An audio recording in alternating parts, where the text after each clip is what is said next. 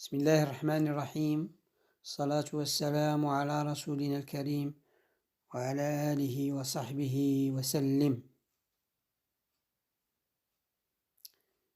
نستعرض 3 خواطر من خواطر الشيخ ابن الجوزي، وهي علو الهمة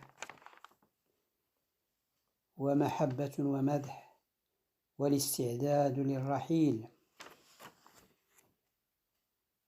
فأما علو الهمة فمن علامة كمال العقل علو الهمة والرضا بالدون دنيء، ولم أرى في عيوب الناس عيبا كنقص القادرين على التمام.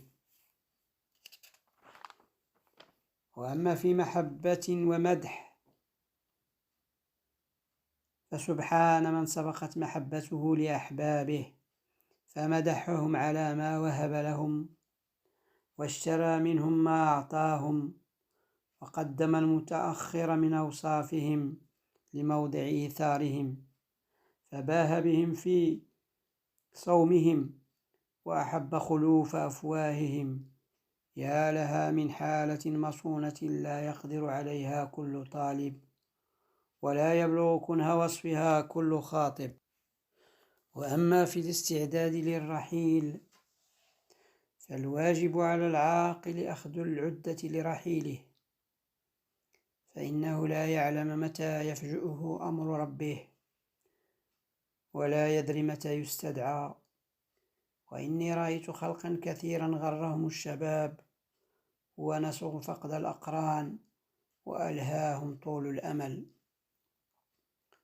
وربما قال العالم المحض لنفسه اشتغل بالعلم اليوم ثم اعمل به غدا، فيتساهل في الزلل بحجة الراحة ويؤخر الأهبة لتحقيق التوبة، ولا يتحاشى من غيبة أو سماعها ومن كسب شبهة يأمل أن يمحوها بالورع، وينسى أن الموت قد يبغث. فالعاقل من أعطى كل لحظة حقها من الواجب عليه، فإن بغته الموت رؤي مستعدا، وإن نال الأمل ازداد خيرا. بسم الله الرحمن الرحيم. الصلاة والسلام